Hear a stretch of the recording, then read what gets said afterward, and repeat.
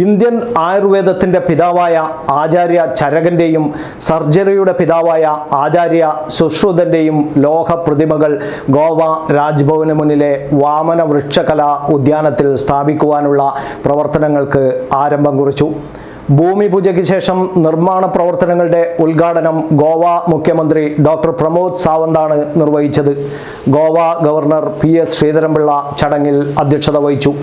പ്രമുഖ ചിത്രകാരനും കോളമിസ്റ്റുമായ ബൽബീർ പുഞ്ച് സംസാരിച്ചു. ഗോവ രാജ്ഭവൻ്റെ ചരിത്ര നേട്ടമാണിത്.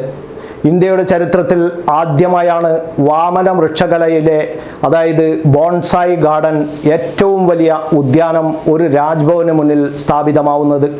ഋഷീശ്വരന്മാരായ ചരകൻ്റെയും സുശ്രുതൻ്റെയും പ്രതിമകൾ സ്ഥാപിക്കപ്പെടുന്നതും 1626 സർജറികൾ നടന്നതിൻ്റെ ആശയ ചിത്രങ്ങളും അതിന് ഉപയോഗിച്ച ഉപകരണങ്ങളും രാജ്ഭവൻ വാമന വൃക്ഷകലാ ഉദ്യാനത്തിൽ ഒരുക്കുന്നുണ്ട്.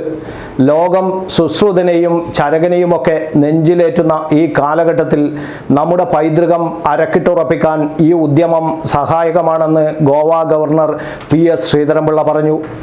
ലോകത്തിലെ ഏറ്റവും ശ്രദ്ധേയമായ സർജറി സ്ഥാപനങ്ങളിലൊന്നായ മെൽബണിലെ റോയൽ ആസ്ട്രേലിയൻ കോളേജ് ഓഫ് സർജൻസിൽ ലോക സർജറിയുടെ പിതാവ് എന്ന തലക്കെട്ടിൽ ആചാര്യ സുശ്രുതൻ്റെ പ്രതിമയും വിശദാംശങ്ങളും സ്ഥാപിക്കപ്പെട്ടിട്ടുണ്ട്. ഇന്ത്യയിലെ ഏറ്റവും വലിയ ഹൃദയ ശസ്ത്രക്രിയ വിദഗ്ധരിൽ ഒരാളായ ഡോക്ടർ KM ചെറിയാനായിരുന്നു ആ പ്രതിഷ്ഠാപനത്തിന് പിന്നിലെ ചാലകശക്തി.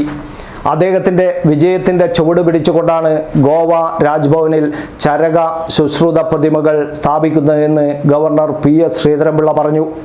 ഗോവയും രാഷ്ട്രവും ശ്രീധരൻപിള്ളയോട് കടപ്പെട്ടിരിക്കുന്നുവെന്ന് ഡോക്ടർ പ്രമോദ് സാവന്ത് പറഞ്ഞു.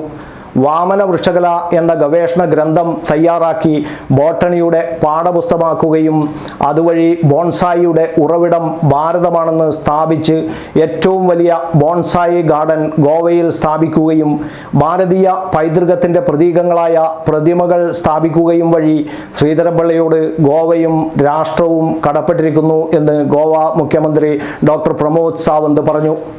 ഗോവയുടെ തനത് പശു ഇനമായ ശ്വേതകപില പശുക്കൾക്ക് മാത്രമായി ഒരു ഗോശാല സ്ഥാപിക്കുകയും ഗോവയിലെ എല്ലാ ഗ്രാമങ്ങളും സന്ദർശിച്ചതിലൂടെ ചരിത്രം സൃഷ്ടിക്കുകയും ചെയ്ത ഗോവ ഗവർണർ ശ്രീധരൻപിള്ള കാലത്തെ അതിജീവിക്കുന്ന ഒരു ഭരണാധിപനായി എന്നും ഗോവൻ ജനതയുടെ മനസ്സിൽ ഉണ്ടാകുമെന്നും ഡോക്ടർ പ്രമോദ് സാവന്ത് പറഞ്ഞു. പുതുതലമുറയും മറ്റ് രാജ്ഭവനുകളും ഗോവ രാജ്ഭവൻ സൃഷ്ടിക്കുന്ന ക്രിയാത്മക മാതൃക പിന്തുടരണമെന്നും ഗോവ മുഖ്യമന്ത്രി പറഞ്ഞു. രാജ്ഭവനിലെ നവീകരിച്ച നീന്തൽക്കുളത്തിൻ്റെ ഉദ്ഘാടനവും ഗവർണറുടെ ഡിസ്ക്രിഷണറി ഫണ്ടിൽ നിന്നും ക്യാൻസർ ഡയബറ്റിക് രോഗികൾക്കുള്ള ധനസഹായ വിതരണവും മുഖ്യമന്ത്രി നിർവഹിച്ചു. ചടങ്ങിൽ Rajbhavan secretary MRM Rao IAS സ്വാഗതവും സ്പെഷ്യൽ ഓഫീസർ മിഹിർ വർദ്ധൻ ആശംസയും ഹോർട്ടിക്കൾച്ചർ ഓഫീസർ നീലേഷ് നന്ദിയും പറഞ്ഞു.